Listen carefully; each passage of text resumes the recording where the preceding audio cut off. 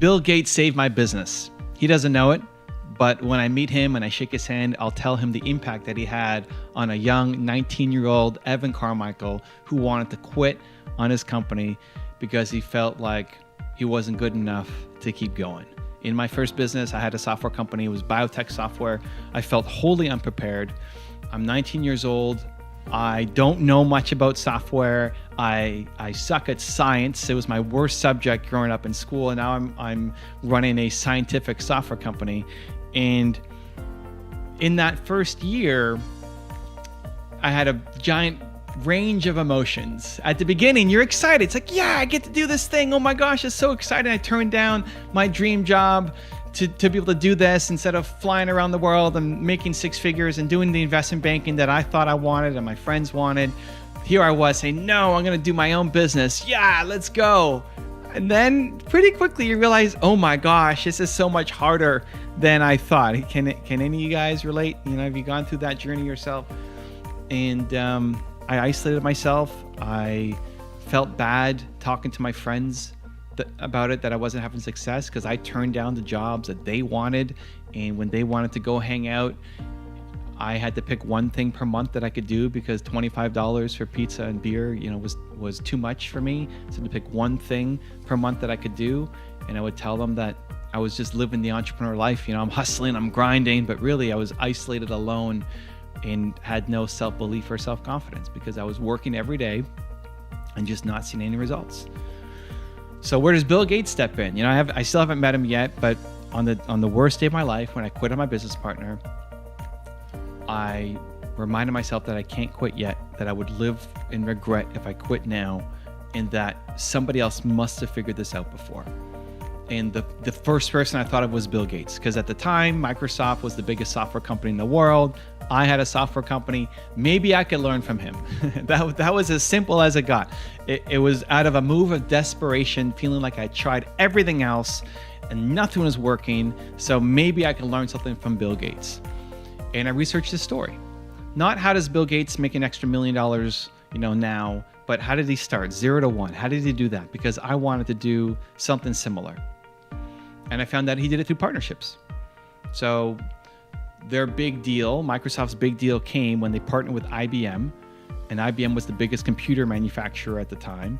And so every IBM that was shipped had Microsoft software on it. And that was a deal that blew up Microsoft, turned them into a huge company. But before they made that deal with IBM, they were still a $7 million company. $7 million is nothing compared to what they became, but it was still $7 million more than what I had at the time. So how did they get to $7 million? How did they get to $1 million? How did that happen? Still through partnerships. They had software and they constantly partnered with people who had hardware. They had computers, and here's our software that you can run on your computer, from their very first deal with the MITS Altair. And so I thought, that's interesting. How can I apply that? How can I find people to partner with instead of having me go off and sell one customer at a time? How can I partner with somebody who can then introduce me to tons of customers? And my first deal was with a company out of the UK, and we signed an exclusive arrangement for the UK, and they paid an upfront fee of $13,500. And I was so scared and so nervous to even ask for that because I'm making $300 a month. $13,500 is mind blowing.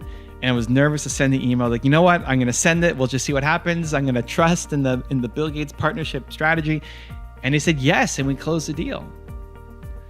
And more important than the money that came in was the hope. You're like, oh my gosh, momentum. You know how it feels when maybe you felt that a little bit in your business? Just somebody believes in you, a little bit of traction, a little bit of hope, a little bit of momentum.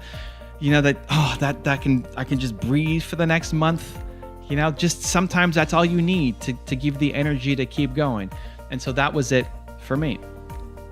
And then it gave me even more momentum and more hope, and I got more deals and more partnerships. And so as a result of that, anytime I didn't know what to do, I modeled success. I asked, hey, who has done this thing before and how can I learn from them? I want to hopefully tell Bill Gates that story when I meet him and let him know the impact that he's had on my life. If you feel stuck, then what can you do? If you feel stuck in a hole, if you have a dream that you want to chase down, that you feel like you don't have enough momentum, let me give you a couple strategies that I think can help. Number one is find a mentor, right? Model success. You don't have to know the person, right? This is where I think a lot of these mentor rules break down, because everybody will say, find a mentor, find a mentor, find a mentor. Okay, but I don't know anybody, and I don't know anybody who knows anybody, right? I mean, I went to my banker asking for advice because I thought banks were supposed to give entrepreneurs advice and help. It's like how little I knew in starting my company. So Bill Gates became my mentor, and he saved my business even though I have never met him. Look at who has done the thing that you want to do and go learn from them. There's clues, right? Success leaves clues. Find the people who have done that thing that inspire you, because it gives you the hope that it's possible for you too, and it gives you a specific strategy that you can apply. Seeing how Bill Gates started his first business, started Microsoft, gave me hope that I could do it too, but it also gave me a lesson to say, okay, go find partnerships. And that combination of the hope plus a strategy gave me the recipe to start to build my business. So go find mentors. It's why I make all these videos. There's so many channels now. There's so much content out there. If you love visual learning like I do, then there's a video every single day across multiple channels for you to go learn from. But if it's not my channel, you prefer books or podcasts, your heroes are out there sharing their wisdom. Use it. You don't have to go and sit down and have coffee with them to learn from them. I call them aspirational mentors. They're out there. Surround yourself with them. Learn from them, because they can help transport you from where you are today to where you want to be. Okay, so step number one, go find mentors. Step number two is get community. And honestly, this is the biggest mistake that I made in starting my first business. I had two business partners who were great. I don't know how I would have kept going without my two business partners. But we fought too. You know, when you're not making money, you start to disagree over the direction of the company. And I didn't feel like I had anybody I could talk to about the business and what I should be doing. I had no community. My parents were always willing to listen, but I was, embarrassed to keep going to them. And I definitely didn't want to talk to my friends because I turned down the jobs that they wanted to do this business, and I isolated myself. That's really just fear and insecurity talking. I probably could have gone to them and they would have been super supportive and fine and helpful. And then listen, if they're not, dump them and get new friends. But I was too afraid to do it. And I see now in my Movement Makers, for example, it's my monthly membership, the value of people being connected to each other. So Movement Makers, when they join, they're learning from me, awesome, but they also get to connect with other people who are doing something similar, who are on their mission, their journey. So you feel like you're not going through this thing alone. You need to find community, whether it's Movement Makers or your friends or other online communities. Don't go through this alone. Get a community of people who are like-minded, who you can pour into, right? It's not a one-way street. You can pour into them, support them, encourage them. And when you feel like your cup is empty, other people will pour into you in a loving way, telling you that you can do it, giving you hope, giving you optimism, giving you strategies, giving you a hug to help you get back up on your feet so you can go chase down your mission. So number one is get some mentors. Number two is get some community. And then number three is create a calendar for consistency. One of the biggest problems that entrepreneurs have is you start and you stop and you start and you stop and you start and you stop and you start and you stop and you're motivated and high and energetic and amazing. I'm going to go do this thing. And then it doesn't work out, or then you lose the motivation, or you feel frustrated, or you get scared again, or that little inner critic starts taking over and you don't follow through on the action. It's important that you create a calendar for success. If it's not in your calendar, it's not going to happen. So what are the objectives that you have for your business, for your relationships, for your health, for your goals? Like, what's the life that you want? To get the success that you're after comes down to the habits that you're executing on. And the habits should be in your calendar. So you can't say you want to go build the successful business, or if I was going to take Bill Gates' partnership strategy, I need to put it in my calendar. I'm going to spend this amount of time every day or every week working on partnerships.